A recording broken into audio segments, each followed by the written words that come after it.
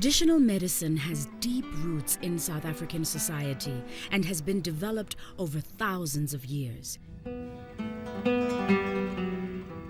It is practiced throughout the country, from the rolling hills of rural landscapes to bustling urban centers. Because we are in Africa, before Western medicine came through, we still had our ailments. I don't like this concept of thinking that medicine started when Western medicine came through. The first stop will be the traditional healer.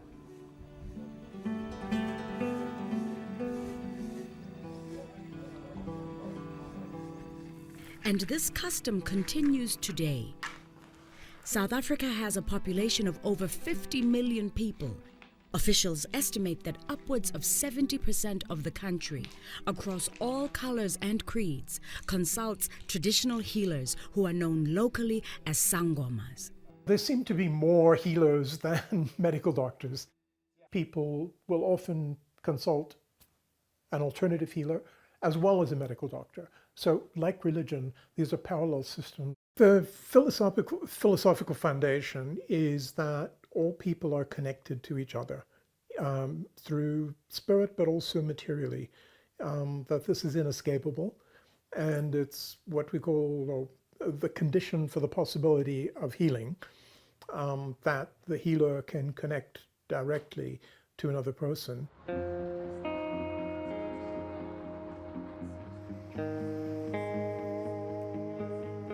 Today, amidst the hustle and bustle of Johannesburg, a new kind of healer has emerged: the urban sangoma.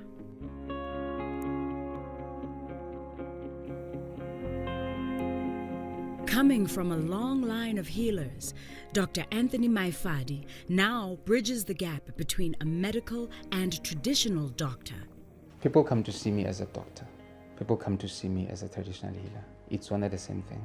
Traditional healing is another aspect of medicine based on African science of healing.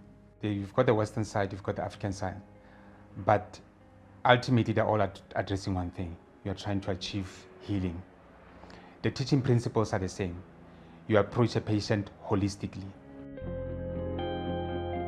For Anthony, the fundamental difference between Western medicine and traditional healing is that patient information comes to sangomas through the ancestors. When you're a doctor, the first thing that you do is that you must get a history from the patient, okay?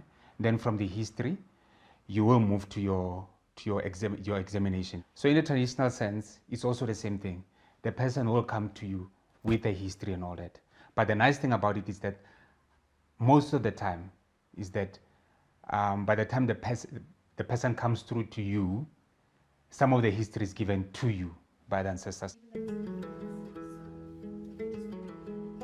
The ancestors are the spirits of relatives who have passed on. These spirits were also once healers and communicate with living sangomas to heal. Our belief system that ancestors have to be someone in your family that looks after you. These are my bones. Everybody has ancestors, but it all forms of part of who I am. What I mean by that is that where does Anthony begin? Where does the ancestor begin? They are there to guide us. They are there to protect us. They are there to communicate with us. So nothing that they can do is done by them.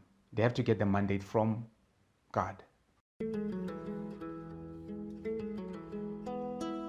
Traditional healing should not be confused with religion, because many traditional healers are religious. Traditional healing is a philosophy. We don't confuse philosophy with religion, although it has its similar roots. But because they are different, they can work side by side. They can work in parallel. People might be healed by prayer, but they can also be healed by a healer, and they might be doing the same thing. The power is real. I don't think there's any question of that. Some people feel it more strongly than others, and that's often what we mean by having a calling.